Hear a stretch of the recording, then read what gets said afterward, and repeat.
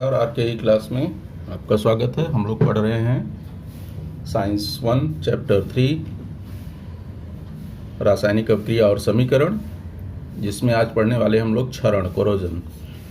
तो क्षरण के बारे में हम लोग देखते होंगे, जैसे घर के बचे हुए जो मेटल्स के सामान हैं, अगर कुछ दिनों तक रख दिया जाए तो वो काले पड़ जाते हैं, या फिर जो है हरे रंग की परत जमा हो जाती है, या फिर जो है उस पर देखते होंगे कुछ पदार्थों पर जो है लाल भूरे रंग के जमा हो जाते हैं। तो धीरे धीरे देखते हैं कि खराब हो जाते हैं। सब कैसे होते हैं?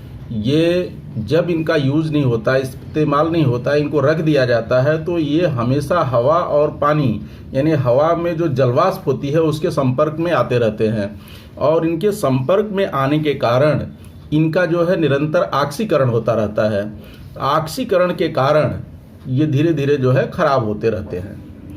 तो जो धीरे धीरे खराब हो रहे हैं, ये किसके कारण हो रहे हैं? हवा की आर्द्रता के कारण, परिसर के वातावरण और हवा की आर्द्रता के कारण उनका जो है ऑक्सीकरण होता है। ऑक्सीकरण होने के कारण उनकी छीजन होती है, और इसे ही जो है क्षरण या कोरोजन कहते हैं। सामान्यतया जो धातुएं हैं उनका होता है, और इसमें एक अलग तरह का देखा होगा, खासकर लोहे में। लोहे की जो वस्तुएं अगर कहीं छोड़ दी जाती हैं, पड़ी रहती हैं, यूज़ नहीं होता, अगर उनका हवा और पानी के साथ संपर्क होता रहता है, तो उस पर देखते होंगे लाल भूरे रंग की जो है परत जमा हो जाती है। जैसे कोई अपने पास वाहन है, वाहन के पहिए अगर मेटल्स के हैं तो उनमें शुरू में चमक दिखाई देती है। अगर कुछ दिन तक अनयूज्ड रख दिया जाए उनको, तो धीरे धीरे उनकी चमक फीकी पड़ जाती है। और अगर वो लोहे के हैं तो उनमें जो है लाल भूरे रंग की परत जमा हो जाती है। तो ये लाल भूरे रंग की परत जमा होती है, इसे कहते हैं जंग। मतलब ये भी क्षरण का ही एक रूप है। तो क्षरण सामान्यतया सभी धातुओं में होती है अधिकांशतः, लेकिन लोहे में जो है जो क्षरण होती है उसको दूसरा नाम दिया जाता है जंग। तो आइए, ये एक उदाहरण, इसमें एक कृति दिया है, जरा इसको देखते हैं आपकी पुस्तक में। यहाँ पर देखिए, एक 4 परख नली लिया है, और परख नलियों में क्या क्या रखा है? पहले में थोड़ा उबला हुआ पानी रखा है, और उसके ऊपर थोड़ा जो है तेल डाल दिया है। दूसरे में क्या किया है? नमकीन पानी लिया है, और तीसरे में कुछ भी नहीं है, और चौथे में कैल्शियम क्लोराइड लिया है, निर्जल कैल्शियम क्लोराइड, मतलब जिसमें जल की मात्रा नहीं है, निर्जल है वो। और इसको ऊपर कार के ढक्कन से बंद भी किया हुआ है, और इन सबको खुला रखा है, और इन सभी के अंदर जो है एक कील डाली हुई है। तो ये देखना है, इसका निरीक्षण करना है कि कुछ दिनों के बाद इन चारों परख नलियों पर क्या फर्क पड़ता है। तो जैसा ये पहला वाला परख नली है, तो इसमें हम देखते हैं जो कील है इसमें थोड़ा सा परिवर्तन, बहुत मामूली परिवर्तन होता है, इसमें जंग का कुछ असर दिखाई देता है, जबकि इसमें बहुत ज़्यादा जो है जंग लगा रहता है। इसकी अपेक्षा इसमें थोड़ा कम होता है, और ये जो लास्ट वाला है ये बिल्कुल वैसे का वैसे ही बना रहता है।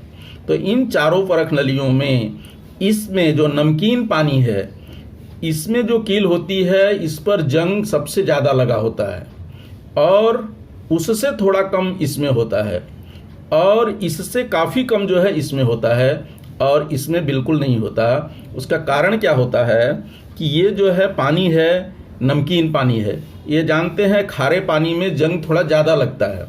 दूसरा, इसमें हवा और पानी दोनों का संपर्क हो रहा है। पानी तो इसमें है ही है, और हवा का भी इसमें संपर्क हो रहा है। पानी, हवा पानी से मिल रहा है, हवा पानी की वजह से ये जो है इसमें जंग तेज़ी से लग रहा है। जबकि दूसरे में पानी नहीं है, लेकिन हवा की जलवाष्प है। हवा है तो हवा के साथ पानी भी रहता है, पानी की जलवाष्प रहती है, उसके कारण भी इसमें जंग लग रहा है, लेकिन इसकी अपेक्षा इसमें कम लगता है। ठीक है।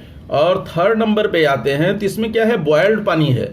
बॉयल होने के कारण, बॉयल करने से इसके अंदर जो ऑक्सीजन की मात्रा होती है वो निकल जाती है।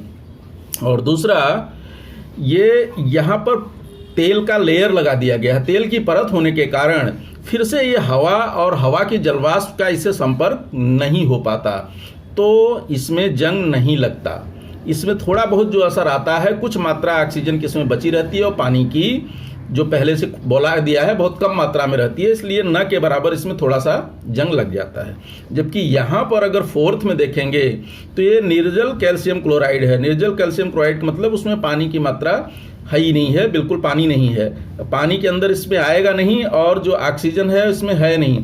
तो यहाँ पर कैप लगा दिया गया है, तो ऊपर से ऑक्सीजन या हवा या नमी आर्द्रता कुछ भी नहीं आएगा। यहाँ पर जो थोड़ा बहुत रहेगा भी वो पहले से इसको कैल्शियम क्लोराइड जो निर्जल है वो क्या करेगा, एब्जॉर्ब कर लेगा, यानी इसमें जो कील रहेगी इसमें बिल्कुल भी जंग का असर नहीं होगा।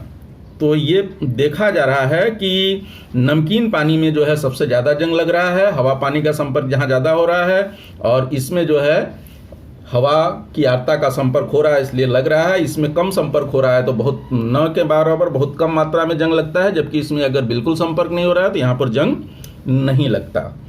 अब पढ़ते हैं प्रोसेस, ये जंग लगने की प्रक्रिया, यानी लोहे में जंग लगता कैसे है। लोहे में जंग लगने के लिए इसमें होता क्या है कि जो लोहा है उसमें हवा और पानी के संपर्क होने पर इसमें धनाग्र और ऋणाग्र उसके पृष्ठभाग पे अपने आप बन जाते हैं। जैसे यहाँ देखेंगे एक फिगर दिख रहा है, इस आकृति में ये समझो लोहे का टुकड़ा है, ठीक है, ये पूरा लोहे का टुकड़ा है और इस पे अपने आप जो है ऋणाग्र और धनाग्र का निर्माण होता रहता है। तो अब यहाँ पर देखिए ये पानी की बूंद पड़ी है, पानी की बूंद पड़ी होने के कारण क्या होगा कि इसमें छोटे छोटे तो असंख्य टुकड़े होंगे। ये तो बड़ा टुकड़ा दे करके उसमें धनाग्र ऋणाग्र दिखाया गया है, कितना भी छोटा टुकड़ा हो उस टुकड़े पर ही वहीं पर ही धनाग्र और ऋणाग्र दोनों निर्मित होते हैं। एक तरफ धनाग्र हो जाता है, एक तरफ ऋणाग्र होता है। जैसे यहाँ छोटे आकृति में दिखाया जा रहा है, यहाँ जंग लगा हुआ है, तो यहाँ पे देखिए Fe है, आयरन है, और यहाँ पर क्या है, ऑक्सीजन है, और ये पानी की बूंद है। जब पानी की बूंद और के संपर्क में, हवा के संपर्क में आता है तो सबसे पहले क्या होता है कि धनाग्र पर जो होता है, ये जो मेटल है, समझो यहाँ धनाग्र हो गया है, ये तो बड़े मेटल में दूर दूर दिखाया धनाग्र। अब यहीं पर जो इतना जंग लगा हुआ भाग है, इसे समझिए, समझो यहाँ पर जो है धनाग्र है और इधर क्या है, ऋणाग्र है। तो धनाग्र पर ये आयरन जो है, आयरन तो है ही है, ये लोहा है, यह इलेक्ट्रॉन का क्या करता है, त्याग करता है, यानी इलेक्ट्रॉन त्याग करता है, यानी इस आयरन का ऑक्सीकरण हो जाता है। ऑक्सीकरण हो करके ये इलेक्ट्रॉन खो देता है, तो यानी उसका रिएक्शन जो है इस टाइप का बन जाता है। ये धनाग्र का रिएक्शन देखिए इधर दिया गया है, तो ये इस टाइप की यहाँ पर अवक्रिया घटित हो जाती है। ये अवक्रिया घटित हुई तो Fe जो है ये कन्वर्ट होकर Fe2+ आयन में कन्वर्ट हो गया और यहाँ पर 2 इलेक्ट्रॉन्स जो है बाहर निकल गए, ठीक है। और दूसरा ऋणाग्र पर क्या होता है, ये ऑक्सीजन है, ऑक्सीजन के साथ फिर क्या होता है, पानी का क्रिया होता है, क्योंकि पानी की ये बूंद तो इस पर ही है और उस पर भी है। तो पानी से जब क्रिया होगा, यहाँ पे देख रहे हैं, तो 4E इसके साथ ऐड हो जाता है। 4E कहाँ से आया, ये इसका एक मालिक्यूल है तो 2 इलेक्ट्रॉन बाहर निकल रहा है। अगर मान लो सपोज ये 2 मालिक्यूल्स होता तो यहाँ पर कितना होता, 4 इलेक्ट्रॉन्स निकलता, तो वो 4 इलेक्ट्रॉन आकर के इसके साथ मिल जाता है, तो ये कन्वर्ट हो जाता है हाइड्रोक्साइड आयन में, ठीक है। और इसका दूसरा प्रोसेस भी है, इसको अगर यहाँ छोड़िए तो दूसरा इसका रिएक्शन देखिए, तो ये ऑक्सीजन के साथ पानी जो है, पानी के साथ जब इसमें जुड़ेगा तो ये इलेक्ट्रॉन ग्रहण करके इसका ऑक्सीजन का अपचयन होता है, अपचयन होकर के पानी बन जाता है। इसका ऑक्सीकरण हुआ तो ये Fe2 आयन बन गया और ये ऑक्सीजन का अपचयन हुआ तब ये क्या बन गया, पानी बन गया। फिर से इसका पानी का और ये जो कन्वर्ट होके आया है Fe2 आयन, इन दोनों का रिएक्शन होता है। तो इन रिएक्शन के दौरान, इस रिएक्शन के दौरान ये Fe2 जो है कन्वर्ट हो जाता है, ये फेरस से कन्वर्ट हो जाएगा फेरिक में, यानी Fe3 में, और Fe3 में कन्वर्ट होकर के उसका ऑक्साइड बन जाएगा, फेरिक ऑक्साइड। और ऐसा फेरिक ऑक्साइड बनेगा जिसमें सजल, ये जल उसमें मिला रहेगा, जलयुक्त सजल जो है फेरिक ऑक्साइड बन जाएगा और उसी फेरिक ऑक्साइड को जंग कहते हैं जो यहाँ पे तैयार हुआ।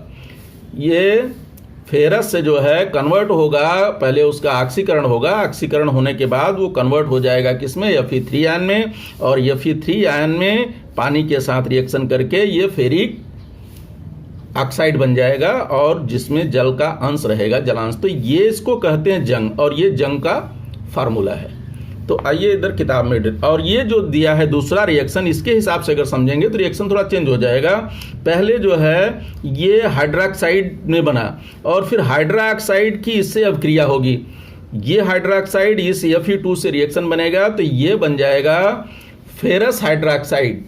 फेरस हाइड्रोक्साइड बनने के बाद उसका फिर से ऑक्सीकरण होगा, तब ये बन जाएगा फेरिक ऑक्साइड। ठीक है, आइए समझते हैं इधर थोड़ा सा।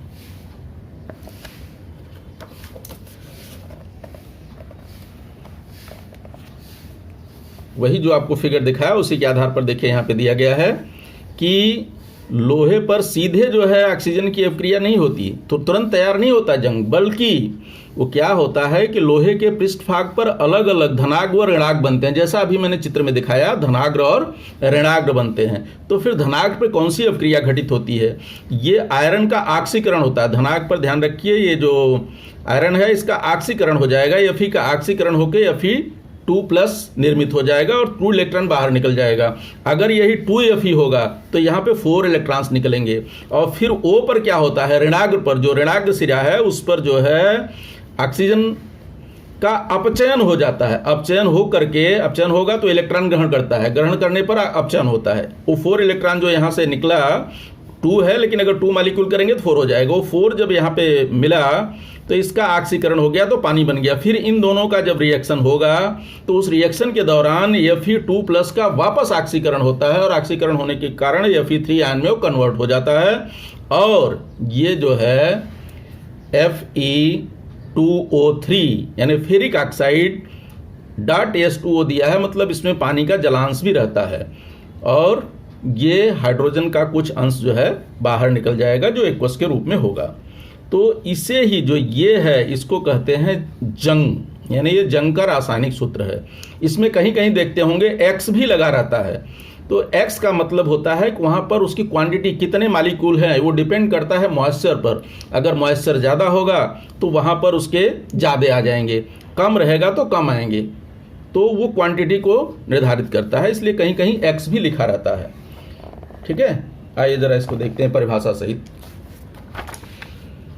तो इसका क्षरण का डिफिनीशन लिख सकते हैं ऐसा, परिसर में पदार्थों के कारण अथवा वातावरण के घटकों जैसे हवा की आर्द्रता के कारण धातु का ऑक्सीकरण होने से उसकी छीजन होती है, उसे ही क्षरण कहते हैं। ठीक है, और जंग, लोहे पर जंग क्या होता है, लोहे पर हवा और पानी अर्थात हवा की आर्द्रता, हवा और पानी मतलब हवा की आर्द्रता के प्रभाव के कारण लोहे पर ललछाऊ रंग यानी भूरे रंग या लाल भूरे उसको कह सकते हो कि रंग की परत जमा हो जाती है, इसे ही जंग कहते हैं। जंग लगने की प्रक्रिया जैसा कभी समझाया, लोहे में जो है जैसा ये लोहे का टुकड़ा है तो 2 पार्ट इसमें हो जाएंगे। एक तरफ हर बिंदु पर जहां भी रहेगा कहीं भी एक धनाग और ऋणाग दोनों निर्मित हो जाते हैं, तो दोनों पर रिएक्शंस होते हैं। जैसे धनाग पे क्या रिएक्शन होगा अभी हमने बताया, Fe का ऑक्सीकरण होकर के Fe2 का निर्माण होता है।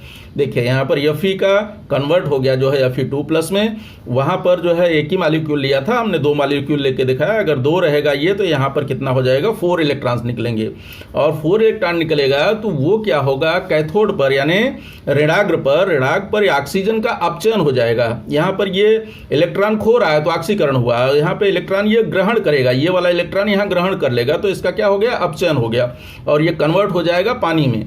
ये पानी बन गया तो फिर से पानी और Fe2 ये जो आयन है और ये दोनों का लेफ्ट साइड छोड़ दीजिए, राइट साइड जो बन गया इसका प्रोडक्ट बन के ये हो गया और इसका बन गया ये, तो इन दोनों का फिर से रिएक्शन होता है। इस रिएक्शन के दौरान ये कन्वर्ट हो जाता है जो है फेरस फेरिक में, और फिर फेरस से यहाँ पर बन जा फेरस, और जब पानी की अभिक्रिया होगी तो बन जाएगा फेरिक ऑक्साइड।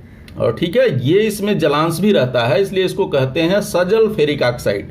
ठीक है, और यही जो है जंग है, इसको क्या कहते हैं, ये जंग का सूत्र है। ठीक है, और इसका कहीं कहीं X भी लिखा जाता है, जैसे कभी हमने बताया, इसको ऐसा भी कहीं कहीं लिखा रहता है Fe2O3.XS2O। तो यहाँ पर x का मतलब है उसकी क्वांटिटी का मतलब मॉइस्चर पे डिपेंड है, वातावरण पे डिपेंड है कि कितनी आर्द्रता है, उसके आधार पर इसकी संख्या रहती है। वो कम रहेगा तो कम, ज़्यादा रहेगा ज़्यादा, इस पर निर्भर करता है और इसलिए x लिखा जाता है। ठीक है। और दूसरा जो रिएक्शन OH वाला बताया था, OH से जैसे कि इसको फिर से एक बार देख लीजिए, अगर इससे जाएंगे तो यहाँ पर जो Fe निर्मित हुआ, यहाँ पर हाइड्रोक्साइड निर्मित हुआ, तो इन दोनों का रिएक्शन होगा तो पहले बनेगा फेरस हाइड्रोक्साइड। फेरस हाइड्रोक्साइड का फिर से ऑक्सीकरण होगा पानी और ऑक्सीजन की अभिक्रिया में। इसके साथ क्या बनेगा, जैसे यहाँ पे देखिए वो बन गया समझो Fe2+ और फिर यहाँ बना है कितना हाइड्रोक्साइड, N बना है +4H। तो ये कन्वर्ट हो जाएगा, सॉरी Fe2 नहीं FeOS ट्वाइस। ठीक है। तो यहाँ पर 2 कर देंगे तो ये हो जाएगा, यहाँ पर 2 पहले से है, ये वाला यहाँ देखेंगे तो यहाँ 2 था। ठीक है। तो ये बन गया और फिर से जब इसका ऑक्सीकरण होगा, ऑक्सीकरण जब इसका हो जाएगा, ये ऑक्सीकरण होगा, ऑक्सीकरण कब होगा कि इसका वापस रिएक्शन होगा 2Fe। हालांकि आपकी पुस्तक में नहीं दिया है, डिटेल में आगे पढ़ेंगे इसको, इसलिए इस पर वही तक है, ये थोड़ा सा मैं बता दे रहा हूँ अलग से। और इसमें क्या होगा, फिर से हवा और पानी की अभिक्रिया होगी। हवा और पानी की अभिक्रिया होने पर ये बन जाएगा आपका Fe2 फेरिक ऑक्साइड .H2O। ये रिएक्शन संतुलित है नहीं है, संतुलित कर लीजिएगा। तो इस तरह से है, यानी कहने का मतलब ये अपना जंग का सूत्र है जो पहले पढ़ा था, उसमें पुस्तक में दिया था आपके क्वेश्चन में ये वाला, इसके आधार पर मैंने बता दिया। इसके आधार पर जो है पहले वो फेरस हाइड्रोक्साइड में कन्वर्ट होगा, बाद में उसका जो है ऑक्सीकरण होने के बाद ये जंग बन जाता है। ठीक है। अब आते हैं नेक्स्ट, बदबू। जब पुराने तेल, बचे हुए तेल का उपयोग, यानी बदबू होता क्या है, ये रेंसिडी, कि जब कोई खाद्य पदार्थ है, भोजन को ही ले लीजिए, भोजन बना के अगर कुछ टाइम तक छोड़ देते हैं तो धीरे धीरे वो कुछ समय तक तो वो ठीक बना रहेगा, खाने लायक रहेगा, ज़्यादा समय बीत जाएगा तो वो खराब हो जाता है। खराब क्यों होता है कि उसका भोजन का ऑक्सीकरण होता है। हमेशा वो हवा के संपर्क में आने पर, हवा यानी हवा की आर्द्रता के संपर्क में आने पर उसका ऑक्सीकरण होता रहता है। ऑक्सीकरण होगा तो उसमें क्या होगा, सूक्ष्मजीव पैदा हो जाते हैं। सूक्ष्मजीव पैदा होने के कारण वो भोजन जो है खराब हो जाता है। जैसे ही वातावरण, बाहर के वातावरण पे डिपेंड करता है, और ये जितने वातावरण में गर्मी ज़्यादा रहेगी तो जल्दी खराब हो जाता है और सूक्ष्मजीव ज़्यादा बढ़ जाते हैं। यही कम टेम्परेचर पे रहेगा तो खराब कम होगा। जैसे देखते होंगे ठंडी के दिनों में बना हुआ पका हुआ भोजन जल्दी खराब नहीं होता, लेकिन गर्मी के दिनों में इससे खराब हो जाता है। ये टेम्परेचर के ऊपर भी डिपेंड करता है, टेम्परेचर ज़्यादा रहेगा तो जल्दी खराब होता है, सूक्ष्मजीव जल्दी ज़्यादा पैदा हो जाते हैं। ऑक्सीकरण की अभिक्रिया उसकी तेज़ी से होती है। ठीक है। तो जैसे यहाँ पर तेल का और घी का दिया है, इसी तरह से जो डब्बे में पैक रहता है तेल और घी, तो पैक रहने पर उसमें क्या होता है, प्रिजर्वेटिव्स मिलाए गए रहते हैं। प्रिजर्वेटिव्स के कारण उसका ऑक्सीकरण नहीं हो पाता, लेकिन उसकी एक निश्चित सीमा होती है। जैसे पैक डब्बों पर आप देखते होंगे कि उसमें समय निर्धारित किया रहता है, 6 महीना 4 महीना जो भी है, 2 महीना या 1 साल 2 साल जो भी है, समय निर्धारित रहता है। मतलब वो प्रिजर्वेटिव का कार्यक्षमता उतने दिनों तक रहती है, उतने दिन के बाद वो प्रिजर्वेटिव कार्यक्षम नहीं रह जाता। जब कार्यक्षम नहीं होता है तो वहाँ पर ऑक्सीजन उस डिब्बे में प्रवेश करने लगती है, और प्रवेश करने पर क्या होता है, ऑक्सीजन के साथ उसका रिएक्शन होता है, ऑक्सीकरण होता है। ऑक्सीकरण जब होगा तो उसमें जो है सूक्ष्मजीव पैदा होंगे और धीरे धीरे वो खराब हो जाता है, इसके कारण उसमें बदबू आने लगती है। तो जो भी खाद्य पदार्थ हैं, चाहे वो तेल हो, चाहे घी हो, चाहे जो है ये पैक्ड फूड जैसे अपना कुरकुरे हैं, चिप्स हैं, ये सब देखते हैं, तले हुए जो भी पदार्थ हैं धीरे धीरे खराब हो जाते हैं। आप देखे होंगे कुरकुरे चिप्स के पैकेट में हवा भरी रहती है। एक्चुअल में हवा क्यों भरी होती है देखते हैं पहले, वो तो एयर टाइट रहता है, मतलब उसमें से बाहर की हवा अंदर न प्रवेश कर पाए, यानी ऑक्सीजन न, प्रिजर्वेटिव मिलाए जाते हैं, साथ ही साथ उसकी पैकिंग ऐसी की जाती है ताकि वातावरण से उसका संपर्क न हो पाए। तो पैकिंग उसकी स्टैंडर्ड रहती है, आप देखते होंगे जो भी इसके पैकेट्स हैं, और साथ ही साथ उसमें हवा देखते होंगे भरी होती है। जब पैकेट खोलते हैं उसमें से हवा निकलती है, यानी वो थोड़ा सा भरा हुआ दिखता है। एक्चुअल में होता क्या है, उसमें नाइट्रोजन गैस होती है। नाइट्रोजन गैस क्या है, लगभग इनर्ट जैसी काम करती है, यानी वो क्रियाशील कम है, क्रिया नहीं करती ज़्यादा क्रिया न करने के कारण जो है वो जो उसके अंदर खाद्य पदार्थ है उसको तो नुकसान करती नहीं है, साथ ही साथ वो बाहर से आने वाले ऑक्सीजन को रोकती है। जब वो खुद ही वहाँ पे रहती है तो बाहर से ऑक्सीजन उसमें प्रवेश नहीं कर पाता, इसकी वजह से वो खराब नहीं होता। लेकिन ये भी नाइट्रोजन बहुत दिन तक उसको सुरक्षित नहीं बचा पाएगी, क्योंकि उसका भी कुछ क्षमता होता है। तो धीरे धीरे जब उसमें प्रिजर्वेटिव समाप्त हो जाएंगे, धीरे धीरे ऑक्सीजन वो अंदर की नाइट्रोजन भी कार्यक्षम कम हो जाएगी, तो फिर ऑक्सीजन का, बाहर वाली ऑक्सीजन का उस पर आक्रमण होगा और धीरे धीरे वो खराब हो जाता है। और खराब होने के कारण जो है वो बदबूदार हो जाता है। यानी जब भी इसको रोकने के लिए हमेशा ऑक्सीकारक जो अवरोधक होते हैं, एंटीऑक्सीडेंट है, उनको मिलाया जाता है, लेकिन वो बहुत दिनों तक नहीं रहते, उनकी कुछ समय सीमा होती है, उस समय तक ही उसको सुरक्षित रहते हैं। तो मेरे हिसाब से आप लोगों को ऐसा आशा है कि समझ में आ गया होगा बदबू क्या होता है। यानी जो भी पुराने खाद्य पदार्थ हैं, तेल, घी या जो भी तले हुए पदार्थ हैं, उसमें हवा की आर्द्रता या नमी के संपर्क में आने के कारण उसका ऑक्सीकरण होता रहता है। ऑक्सीकरण होने के कारण वो जो है खराब हो जाता है, यानी उसमें सूक्ष्मजीव जो है प्रवेश कर जाते हैं, जिसकी वजह से वो खराब हो जाता है और उसमें बदबू आने लगती है। ठीक है, तो आज इतना ही, धन्यवाद।